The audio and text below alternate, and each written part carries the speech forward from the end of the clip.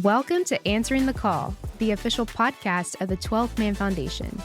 Our show brings you closer to the heart of Texas A&M athletics through powerful stories of perseverance, purpose, and life-changing opportunities made possible by 12th Man Foundation donors. From student athletes and coaches to former students and dedicated staff, you'll hear firsthand how donor support shapes the lives of Aggie student athletes in competition and beyond. Whether you're a lifelong Aggie or simply curious about what makes Texas A&M so special, you're in the right place. Let's dive into today's episode. Howdy, and welcome back to Answering the Call, the official podcast of the 12th Man Foundation. I'm your host, Ivy Robinson, and joining me in studio today is Texas A&M men's golf head coach Coach Kortan. Thanks so much for being here, Coach, and welcome to the show. I appreciate you having me. I don't do a lot of podcasts, so this is on a very short list of my podcast attendance. Well, we are very, very thrilled to have you here and really appreciate you being a guest on the show. You know, before Texas A&M, before coaching, you had a long professional career and you were an All-American at New Mexico. I want to know what first drew you to the game of golf, and when did you realize it could become a career for you? Wow, that's going back. When I was growing up, I grew up in South Dakota. My dad was a coach at a very small school, Yankton College, baseball coach, wrestling coach, ran like the phys ed department. That's what I grew up knowing, being around sports. And he was pretty knowledgeable of a lot of things, not golf, though he was a horrible golfer, which is, I don't know if that's normal in today's world where a lot of families, golf is just in their family. It wasn't in mine. I was really small. Like really small. When I graduated high school, I was 5'3" and 115 pounds. So my dad knew that I loved sports, and somehow he figured out that maybe golf was one I could compete at with my size and stature.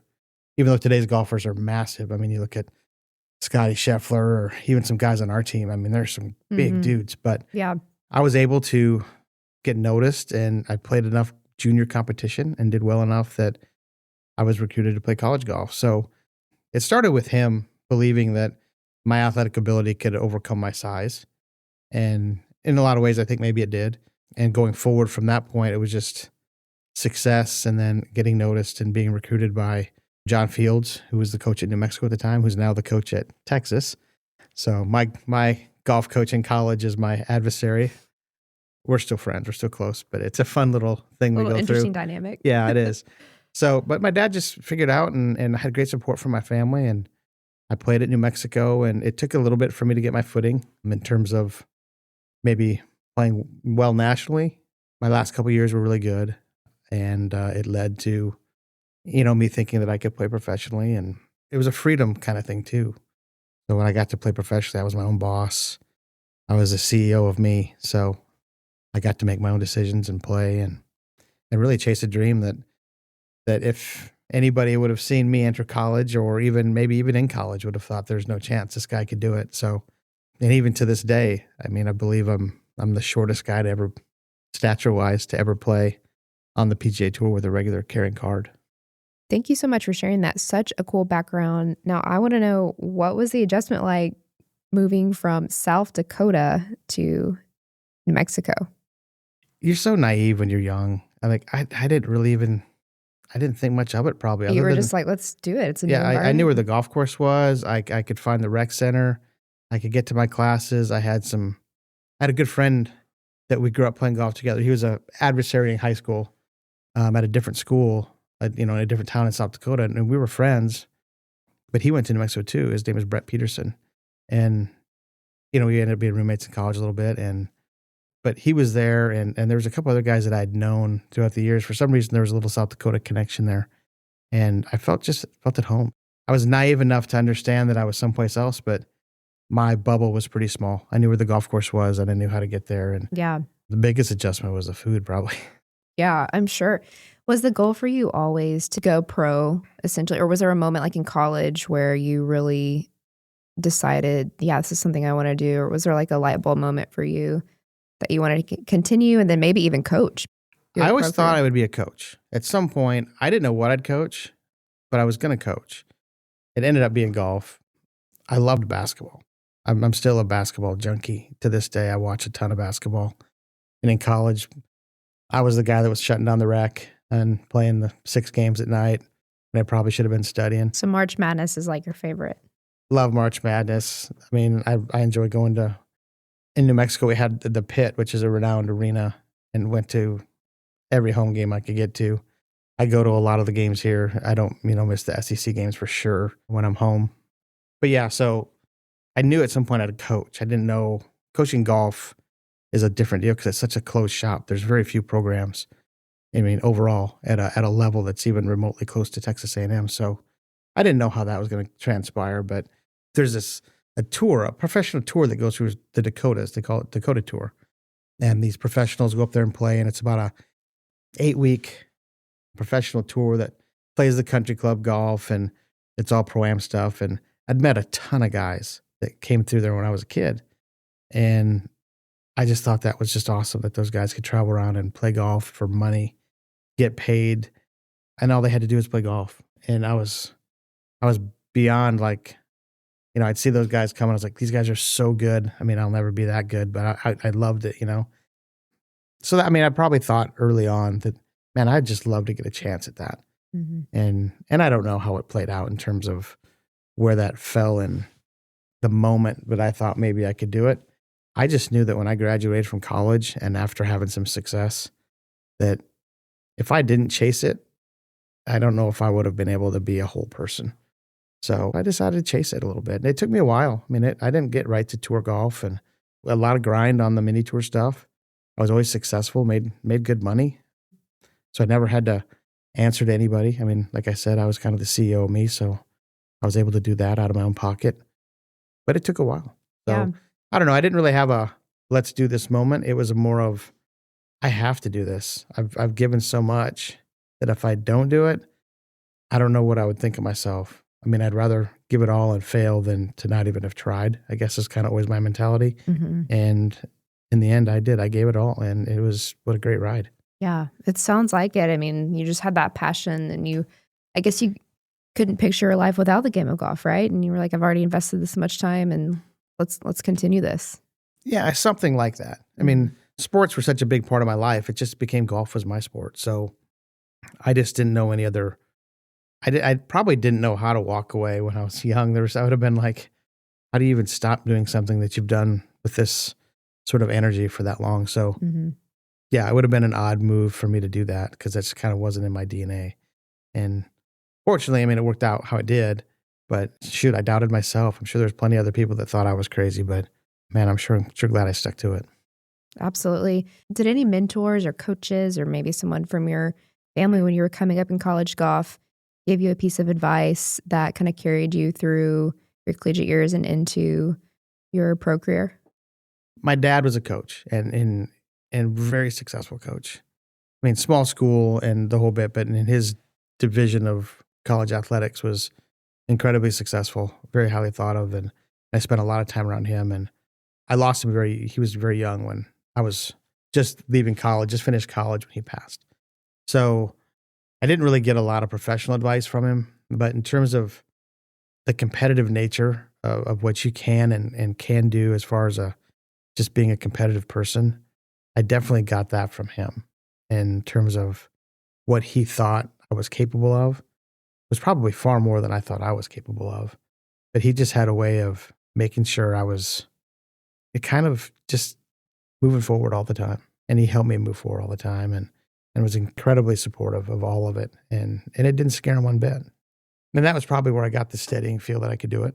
And, and also, I had, my mom was great. She never batted an eye. She just was like, yeah, let's, was just there, mom support, Yeah. And then I had a younger brother, still do. He's 7 years younger, but he too played at New Mexico and ironically played for JT at New Mexico, JT Higgins. Oh, no way. So golf is this crazy circle of life that if you're not in it, especially in the college world, it would surprise you how many touch points there are. And I think I did a lot of it for him too, because I wanted him to see what success could be and what hard work could do.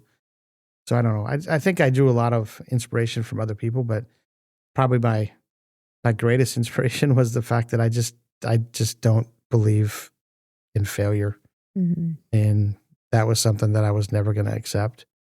And failure obviously has different definitions and a different viewpoint from everybody, but I just didn't think that I could fail if I gave it everything I had. So I did that. And fortunately, it went the direction it went.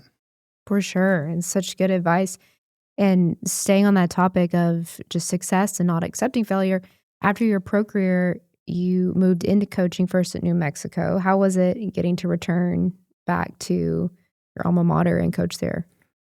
Yeah, I didn't know where my entry point in coaching was going to be. It just, the timing worked out. It was. Yeah, I meant to ask you, how did the opportunity come about?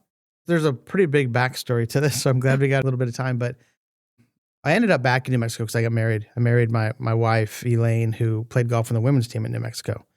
And she's from Corpus Christi, Texas, and I was from Yankton, South Dakota. I wasn't going to live in Corpus, and she wasn't going to live in Yankton. So we went back to Albuquerque, and we lived there we got married in 96 and lived there until we moved to College Station in 2013. So we spent a lot of time there. Right? Our boys were born there, and man, she's obviously been a big part of the journey because she's put up with me, and she's been teaching school all these years. So it still does. But yeah, so it's an interesting part of the whole piece, how Albuquerque kind of ties into it. But I wouldn't have probably had the opportunity I had if I hadn't had the heart attack that I had in 2006. So I was 35 playing. I'd come off the PGA Tour, and then the next year I was on the Korn Ferry Tour, which is now the Korn Ferry Tour, and had learned a bunch, had gotten so much better, and was really probably, without question, playing the best golf of my life. And that summer I was playing a lot of the good mini tour stuff and was having a chance to win every week and had won a few times already that year. And I was really going the right direction.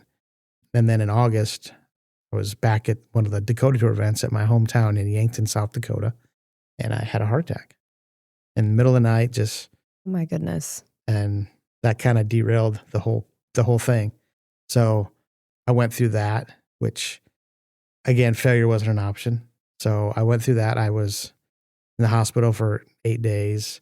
Had the stents put in, the whole bit, and had to go through the whole recovery process. And I did. I went through it, and a little over, a year and a half later, I qualified and played in the US Open.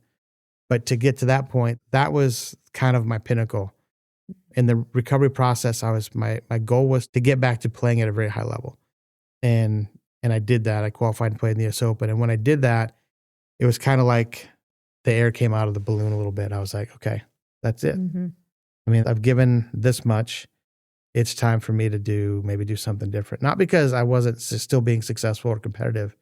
It was just, I felt like, it was time for me to maybe live a little different life in terms of where my value system was and where my time was spent. And it just happened to kind of link up with one of my college teammates who was the head coach at New Mexico at that time, Glenn Milliken. His assistant was Jim Anderson. And Jim Anderson came over here and worked for JT. And so I replaced Jim Anderson at New Mexico. And, well, a little longer. There was a few other guys there, but I came to New Mexico a little after Jim. Mm-hmm. And then I coached there for a few years. Then Jimbo was here, and he had left to go coach at the University of Arizona. And then I followed him here, worked for JT. So a pretty big circle. Mm-hmm. But it was just, as it all worked out, with the heart attack and my age, I was, roughly 35, 36 years old, and the opening at New Mexico, it all kind of timed up. And of course, Glenn, who was a really good friend and was a teammate of mine at New Mexico, it just kind of linked up and worked out that I slid right in that chair and we were really successful, and it led me to Texas A&M. Wow. What an incredible story everything that you've said about your story and your journey to this point is just the word like resiliency is coming to my mind. And like you said, just to keep moving forward. And I think it's so crazy how life's events, how things can happen in one split second, and then it leads you unexpectedly to the next opportunity. And for you to overcome such a challenge and then get to the US Open, I'm sure that moment in competing in the US Open, getting to that point was so rewarding. It was an incredible experience. I got to share it with family, and I think that was kind of just the closure that I needed to move on a little bit. Mm-hmm. Again, like I said, I don't consider my career like something that wasn't wasn't fantastic or anything. I mean, obviously I wasn't one of the best players in the world, but I really do believe that I was really close to the best player I could have been. And that was, to me, was the battle. Mm-hmm. And I really enjoyed that. I enjoyed that chase for a long time. And when it was time to step away from it, I didn't step away with any animosity towards the sport. I got to do it. Like I said, I was the CEO. I got to make my own decisions. Yeah. And it was just, You felt like it was the right time for the next it chapter. worked. I mean, I had my boys, and and Elaine had been kind of half the time a single parent for a long time because I'd been traveling a whole bunch. So it was, it just worked out that it felt right. What do you think was the biggest adjustment going from competing yourself to just developing others? When I was playing a lot of golf and playing professional golf, I was always attracted to the relationships that I'd have with some of the younger players that I thought were talented. And I always thought I could help them, whether they were guys I knew or guys I'd play with. I had a decent reputation in terms of how successful I'd been in playing, especially along the mini tour stuff. So I met a lot of good guys, and I really enjoyed kind of trying to keep up with them and maybe help them with a thing or two along the way. But the big adjustment was learning to trust the players and learning to, trust the knowledge that we give them as coaches, that they'll use it. So that's a big piece of any coach, is just learning to trust your message and know that it resonates with the players. And in golf, it's like, there's so many shots hit in one day when you got 5 guys out there. I mean, there's 350 shots hit or something. And you're just, you can affect some of them, but not all of them. It's not like, like Coach Elko or, they can call plays. I can't call plays. I can't call plays and try to put them in the best position, but I can, hopefully that the work we put in and the practice and, and the lessons we've learned can carry them through those times on the golf course. But that was the hardest part, was, man, I got to trust these guys to hit this shot. I know I can hit it. Can this guy hit it? So, that was a big adjustment. When you came to Texas A&M College Station to join JT Higgins and be a coach here at Texas A&M, what about Aggie Land do you think made the job the right fit for you at that time? And how would you describe the program's evolution since you arrived? So the attraction to College Station was, as my time in New Mexico kept growing. I mean, when I first got there, I kind of thought, man, this is kind of a cool college town. This is 1989. I kind of thought it was almost a little bit of a college town. But then over my experience in college, I spent more time in college towns and real college towns. And I loved, a good college town has amazing energy and has a feel about it. The feel of everybody kind of trying to work in one direction is a big deal with, I feel like, in college towns. But just the energy and just, I didn't know much about A&M. I knew a little bit that they played football, and I'm a sports guy. They didn't really have a big basketball program that much. They kind of had come to a little bit of prominence under Turgeon and moving forward a little bit with those guys, and even Billy Gillespie a little bit before that. But I didn't really know a ton about A&M. I knew of JT's program because I followed him a little bit. But overall, just A&M, I didn't really know a ton about it. I didn't know kind of what kind of place it really was until I got here. And man, it was a quick pickup for me because I love college towns. I love the feel. And then to come someplace that's got the history and the stature and just the belief system that it has, it was a place that I could, I honestly didn't know existed. But then when I got here, I was like, wow, I mean, it's a pretty impressive spot. And I felt so fortunate to be here. So yeah, it was a crazy journey to get here. But once I got here and kind of learned more about A&M, I was like, man, this is kind of the spot maybe I was kind of meant to be. Yeah. And how do you think Aggie men's golf has really changed, evolved since you first arrived here? The evolution of the program, if you go back from 2013 to now, I don't want to say it's completely different because the bones are so good. From Coach Ellis to JT and then to myself, the foundation really hasn't really changed that much. College golf has changed a lot. The players have changed a bunch. The players that come now that are good players that we recruit they're more advanced than the players we got here when I first started, or even started at New Mexico. So the level of the player is completely different. There's more science involved. There's more, kids are working out when they're 15, 13, 14 now. Their stature is they're bigger kids. They're faster. They're stronger. They've been really instructed and sometimes over-instructed, but there's a lot more knowledge base when these kids come. So that's changed. And then beyond that, it's like all the other sports. I don't want to say it's an arms race, but there has been an introduction of facilities that have made leaps and bounds in the last 5 to 7 years that have really changed the sport in terms of what we're capable of doing on our own sites or our own campuses, I guess you could say, in terms of how you can train your players, what kind of information you can give them, the time that they can commit to their sport. It's just a lot different than it was. So just like every other sport, I mean, the players are bigger, stronger, faster, just like they are in all the other sports. There's more eyeballs on it because we came out of the Tiger era, and then you kind of move into the new eras now where you've got some TV golf, and then you've got, just amazing ambassadors to the game now. Right. Golf itself has evolved, and college golf has really done a great job of trying to keep up in terms of producing these kind of players that we'll see on TV for generations to come. So, and we've been fortunate to have a few of them here. So the evolution it's constantly moving. The target changes, but the goal is still the same, which is, you recruit great kids, and our kids are really blue collar workers that really love to work hard at it. And that's kind of always been the foundation of the program. We're coaches. We like to coach. We recruit kids that want to be coached.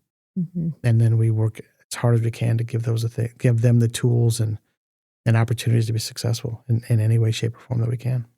And speaking of those tools and the resources and facilities that you touched on, I mean, tell us for Aggie men's golf and women's golf, specifically, what resources have you seen that your student athletes have access to here at Texas A&M that really make a difference in their development, not only in competition, but also in the classroom? Like, what about being a student athlete and the whole student athlete experience at Texas A&M makes a difference and sets this university apart, do you think? The most eye-opening we get from visitors and recruits, it's not the golf stuff, because when you're at this level of program like Garrett runs and I run at Aggie Golf, there's a group of us that run those, there's 20, 25 schools that run at a really high level. And we're in that group for sure. But the eye-opening piece for us is honestly the academic center and the nutrition piece. And for us on the guys' side, the workouts that we do and how we capture it through some science, some measurements. But in terms of what sets us apart, our academic support is, and I'm not just saying that because I'm on your podcast. The moms and the dads are just incredibly impressed by the effort we give our academic side and the resources that we provide and opportunity that we give our athletes to be successful in the classroom. That, along with, we sit down for a meal in Sin and at the nutrition center, it's eye-opening what they're able to do. And our athletes love it because they, rub shoulder to shoulder with some of the guys they watch. That's what many of the athletes have talked about, is they love going into that Clark Nutrition Center and just getting to see other teams, catch up with them, see how their week's going, get updated on upcoming games and things. And just, it's like a hub for great camaraderie and kind of going back to what you said, the energy. I'm sure they all feel it when they're in there, and then how all of them are just chasing greatness, how we're all chasing success here at Texas A&M. It's like this at a few other places, I would think. I would hope that other schools work hard to provide the high level stuff that we provide. But if you sit in that, you're sitting in there having lunch and you're thinking, man, there's athletes here that are going to win gold medals or to have won medals. There's guys that are going to be drafted in the first round of the NFL. I've got golfers that nobody knows, and they're sitting there having lunch with, KC or whatever. It's just kind of cool that they can rub shoulders with those guys. And, a few years ago when Henry Coleman was around, he was good friends with a few of our golfers. And we'd play in the Aggie, and he'd bring out some of the basketball players, and they'd watch some of the golf. I just thought that was so darn cool, because we get to watch them. And they're obviously, their stage is completely different than ours. But just the fact that those relationships are made. Right. I just think it's special, and it's something different that I hope, like I say, I hope our athletes realize how cool that is. And I hope they know that it just doesn't happen everywhere. Even though as a coach and as just I'm an athletic junkie. I love sports. I hope that it happens at other places, because I really do believe that no matter where you're at, I hope kids are successful. I mean, we're going to compete against you. Like when we have recruits come in and we have those honest conversations, it's like, man, I hope you choose to come here, but if you don't, I hope we see you and I hope we, shake hands and we're friendly and I hope we kick your tail, but that's okay. But I want you to have a great experience and have a chance to be successful, because I really feel like without my college experience, I wouldn't be where I am today. And I had a really great time in college. Since becoming head coach at A&M, your teams have reached the NCAA championships, I believe, every year from 2022 to 2025, including winning multiple tournaments, made the SEC championship semifinals 5 straight times. What do you think is the foundation to such consistency and elite success? Like, what does it all go back to? It starts with who you recruit. And Coach Fast, I have great support with my staff. Fast is great. And we work our tail off evaluating players. That's where it starts, is the early evaluation and the relationship piece. That's a big foundation for who we are. We recruit the right kind of guys for how we want to do our job and how we can be the most impactful as coaches, which is we go recruit guys that want to be coached, that bring energy, that they have a work ethic, that they just don't tell you about it. And I don't coach it. We don't coach work ethic. That's not what it's kind of a Gino Ariama saying. It's like, I don't coach you to work hard. That's not, it's assumed. Mm-hmm. You're going to work hard. Yep. And we get kids that do that, and they're obviously talented or they wouldn't be here, but blue collar guys that connect, that work hard, that's kind of our foundation. That's who we are.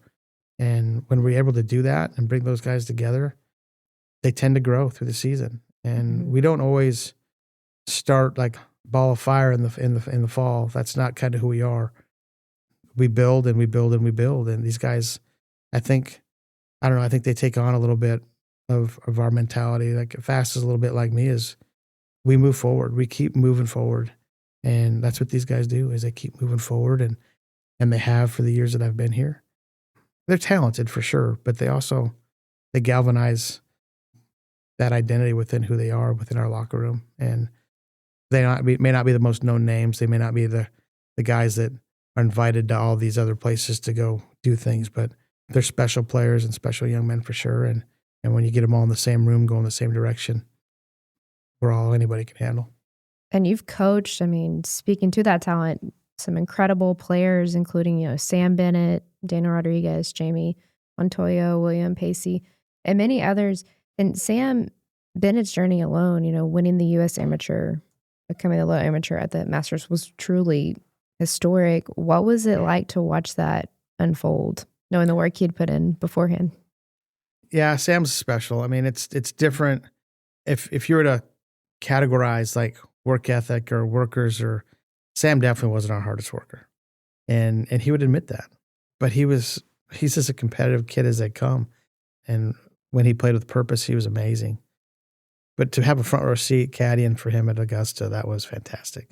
But to be there and watch him do that, I was just blown away. I've had several people, over the years, like, man, I guess you can check that off your bucket list. And my response from day one has been, I don't even know how you can think that up to put it on a bucket list. To caddy for one of your players at the Masters in the last group on Saturday. Are you kidding me? It's just fantastic. And, for those listening and who haven't seen this or want to know more about Sam Bennett's story, there is a really good mini documentary on our website, 12 Man Foundation's website. If you Google Sam Bennett, My Aggie Story, it'll pop up and you can click it. But great mini documentary on Sam's journey, what he overcame, and just the success he had. But I definitely recommend you go watch that. And you're actually in that video, Coach. I was in way too many videos with that. I'm kind of a non-video. This is good for me. I'm not on video, so this is way easier for me. Yeah, it was a special ride with Sam, and we still talk a lot, and and we're close. But it was an amazing stretch of golf that he played from the U.S. Amateur all the way through the Augusta trip, and and beyond. So I was fortunate to be a part of that. Well, speaking of players, what can you tell our listeners about the team this year? I know y'all have started off the season on a strong note. Y'all have had some invitational wins. What stands out to you about this group? So the difference in the squads, you transition from the squad we had last year, which was a at the end of the year, we were one of the better teams in the country. You take two big-time guys off there with P-Shock and then Michael Heidelbaugh, who wasn't an All-American, but, we go to SECs and he shoots 61, low-rounded history at that tournament, and in our program, I believe. I mean, a lot of, things like that. And not only that, but his leadership and his presence and P's presence. So you have to transition into this new stretch where guys are now taking on different roles because those guys had established those roles. And so now we have to figure out, the guys will figure it out in the locker room. It's not like we go into a meeting and go, okay, you're the new P, you're the new Mike, let's go forward, right? That doesn't happen. But we do have good guys that were leaders, and they knew that it was going to be their time. And Aaron Pounds is one of those guys who's a good leader, really a great kid. And he stepped up, and he's played some really good golf for us, but not just played really good golf. He's a steadying force. He's a leader in everything we do in terms of his presence and his voice. So it kind of starts with him, and then kind of his sidekick is Wheaton, who's a sophomore, really uber talented as well, and really played a lot of good golf for us. And those guys kind of set a pretty high bar together, and they've kind of moved forward in those roles in terms of leadership and effort and being kind of in the front of the program a little bit. And it takes a little minute to get adjusted to that in terms of how you respond and how you behave emotionally, maybe after a rough day, and how you interact with your teammates after a great day. I mean, there's some things you have to learn because now you're thrust into this position. So they've done a really good job adjusting and moving forward. And we didn't think we'd have too big a issue there, and we haven't, but it does take some time. So you've had those guys. Then you bring in a young guy like Shiv, who was untested, and they're really not a household name in junior golf unless she'd played a little bit, but really a nice player, and he's done a good job for us. And we bring in another transfer from Pepperdine and Chris Kuvas, and we've got some other guys that are in there. Jaime's playing golf and still around, and had played some good rounds for us this fall. So it's really just transitioning into figuring out kind of how the dominoes fall, how things move forward, and then really just the guys getting back to work and establishing the identity of who they want to be. And they've done that through the fall. They've been successful. They've gotten their tail kicked, taken some body blows, but each time we've taken them, we've kind of gotten back up off the mat and played some good golf. And that's kind of what they're doing. And the closer you get to understanding that your good golf or your quality play is good enough to compete with who we have to compete with, it stabilizes the system a little bit. It stabilizes the preparation. It stabilizes the emotions. And as you get to that point, then you can start building. And at the end of the fall, we kind of gotten there, that we could take some blows in the middle of a round, and we knew the guys would respond. They didn't melt. They didn't curl up and go sit in the corner. They got out and they fought and battled. And sometimes it wasn't pretty, but that's what they do. Mm-hmm. And I think that's a big piece of who we are, is they've got some guys that'll really battle. They will fight you tooth and nail. And we need a lot of that this spring to get where we want to go. Yeah, and that makes such a good competitor. I mean, you have to have that grit and tenacity to weather the storm, right? When you do find yourself on the mat, and even in life, everyone finds herself on life's mat at some point. You've got to have that courage and that grit to keep pushing through, keep moving forward. Coach, a couple more things I want to touch on really quick. Your teams, they don't just excel competitively, they have also succeeded academically, and you've had multiple All-America scholars and student athletes recognized in the classroom. Can you talk about, just from your perspective as head coach, witnessing that balance of your players of being a student and an athlete, and how you've personally seen the guys put in the work off the course and in the classroom? Each guy has to find their own balance. We talk a lot about the academic side. It can't be more important to me than it is to them. And it's important to me. I want them to have an A&M degree. I want them to have the ring. I want them to represent the university. I want them to have options, because you don't know what life's going to throw at you. And I hope that they all achieve great things on the golf course, because they've put so much time and effort into it. But if that's not the path that they end up on, I want them to have a foundational piece that can then help them through that next stop, that next spot. So yeah, we lean into it a little bit. It's in terms of using our academic resources, but also the fact that The people that are our academic people, like Chris and Mark, they care. They're invested.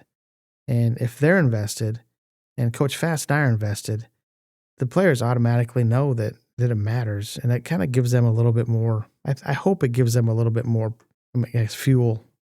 We tell them all the time, it's really hard to be uber successful in part of your life and not be successful at all in the other.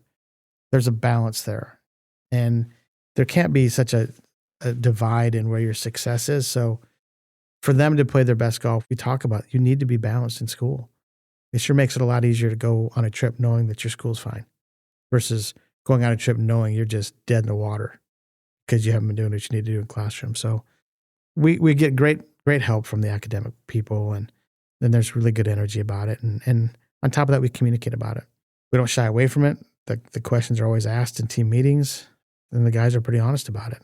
And we'll talk about it. And if there's a bump in the road, we'll figure out how to get through the bump. But it matters to us, and if it matters to us, it's going to matter to them, and they'll handle it. And they do because they want to be successful. What would be your message specifically to those individuals who are giving back through the 12-Man Foundation to impact those student-athlete opportunities to have a scholarship to come to Texas A&M, to chase those very dreams? I mean, it's not possible without them. I think maybe sometimes they don't see how much of an impact they have. Their impact is every day, from the things that we do, the opportunities we give our players, the things that I'm able to do as a coach, the freedom I have from our administration to coach the team the way that we feel like they need to be coached. But yeah, the people that give, sometimes it's hard for them maybe to see the effects of what they're doing, but it is every day. Everything around us is because of what we're so fortunate to have because of those people. And our players know it. I mean, we get to do some things that most programs don't get to do. We've been on international trips. We go to Hawaii every year. We just get to do some fantastic things that we don't take for granted. And every day, I mean, I'm amazed at the things that we have and the things that are coming our way because of other people that deem giving back as a special part of their life. So I hope that they all know that their impact is felt every day, and that without them, not one program at A&M would be where it is today without the success and that they've had and their willingness to share. Very well said. Absolutely. I mean, I continue to be blown away as, a marketing and communications employee of the 12-Man Foundation who's witnessing this level of philanthropic generosity. It just blows my mind how 12-Man Foundation donors, season ticket holders across all sports, how they step up and they truly answer the call of support because they want these kids to have the very best and to chase their dreams and have incredible careers, whether it's in their sport or whether it's not, beyond their time at Texas A&M. And so it was very well said, Coach. And a couple more questions for you. When you reflect and you think about your time at Texas A&M, the values you're instilling in your players today, when they graduate, when they leave Texas A&M, what do you hope they will carry with them, whether or not they continue in professional golf? I think the values that are really important is believing in your foundation, leaning into the strengths of who you are. And it's different for every person. Hold those tight. And then really understand that success is measured in a lot of different ways, but success breeds success. And that's kind of a thing that we kind of maybe don't think about as much in terms of where we can go. It's a part of who we are. We have to make it about almost as our fabric as a person sometimes, but leaning into who you are and accepting who you are and really having a foundation that gives you the footing you need to go forward. I think we really do provide that. And it's a big part of our program, from the blue collar work ethic to our team is close. I mean, and they trust each other and they believe each other. I think those are things that going forward are parts of your life that you have to be successful in business, to be successful in sport, be successful in marriage, to be great fathers. I mean, I think those are big pieces. And not that we don't talk about that stuff, but it's just kind of how it works, because that's how our program is set up for our guys to be. They're those kind of guys. And whether they know it or not, that's the stuff that's becoming who they are. That's who they are when they leave here, I think. So I think those are big things for them. And I learn from them every day too, just in terms of some of the stuff they say, or they bring some stuff into us. But I hope that they take some stuff from Fast and I and how we've made, I think we've been fairly successful in what we're doing, and lean into that a little bit and grab hold of it and alter it to make it fit their personality and what their vision of success is. But along those lines, and continue to chase that dream. Mm-hmm. And finally, last question for you. In your 6th season as men's golf head coach here, why are you proud to be an Aggie and represent this university and coach these men's golf student athletes? Why are you specifically proud to have this opportunity and be a part of this great university? There's so many things. We've touched on so much, the support and the opportunity, the energy, the backbone of the university, the fabric of College Station, the belief system that we're surrounded by every day. I just think there's so many wonderful things that's hard to grab hold of all of them. But for me, it's the belief of being part of something that's it's real and it's big. Just to be a part of that is pretty cool. And if I can have some sort of influence to help some guys along the way and represent this university where it makes people proud, I think that's a big thing for me. I'm more on the side of that than I am anything else. I just want to continue to be part of this and represent this university the best we can and hopefully bring in some players that do the same and continue to grow. We got to keep moving forward. This, not only as a program, but as a university, because in the world we need leaders and a lot of them come from here. And that's really cool. Coach Brian Kortan on Answering the Call podcast. Coach Kortan, thank you again for joining us today. Appreciate it. Thank you. Thank you for joining us on another episode of Answering the Call. If you're enjoying the show, please rate and follow us on your podcast streaming platform of choice so you can be the first to know when a new episode drops. As always, a big thank you to our incredible podcast producer, Megan Rohde, to 12 Man Productions and Texas A&M Athletics NIL Department. We also extend our heartfelt gratitude to every donor and season ticket holder for always answering the call through loyal support of Texas A&M Athletics and our student athletes. We will be back soon with more content. Thanks and gig 'em.